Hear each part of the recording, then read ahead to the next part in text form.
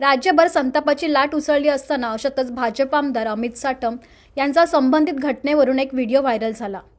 त्यात ते हसताना दिसतात। विरोधकांनी यावरून सडकून टीका केली।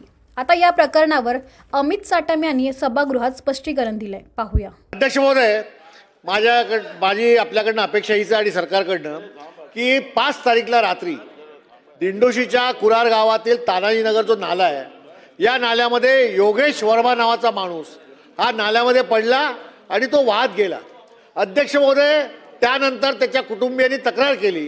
तिकडे असताना कुरार पोलीस ठाणे यांनी दखल घेतली नाही, मुंबई महानगरपालिकेचा अतिदक्षता विभाग यांनी दखल घेतली नाही, फायर ब्रिगेडने दखल घेतली नाही आणि त्यामुळे अद्यापपर्यंत त्याची बॉडी सापडलेली नाही आहे।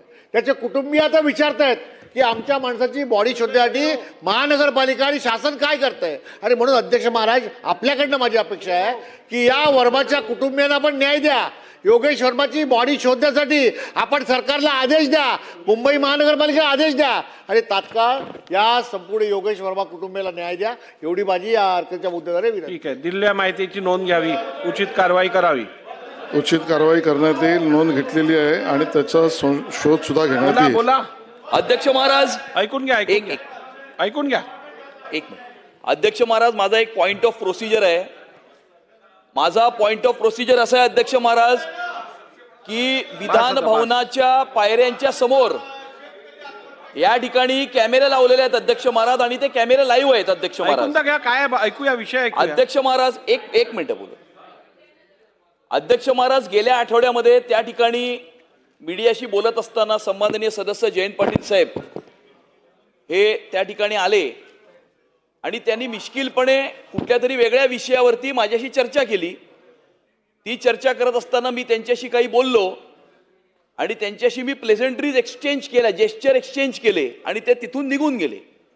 अध्यक्ष महाराज, कॉन्टेक्स्ट बदलून, संदर्भ बदलून या ठिकाणी ती तेवढीच क्लिप काढण्यात आली आणि एका वाहिनीने ती क्लिप टीव्हीवरती चालवली आणि असं म्हटलं की या ठिकाणी त्या मृत्यूंवरती मी हसत आहे। अध्यक्ष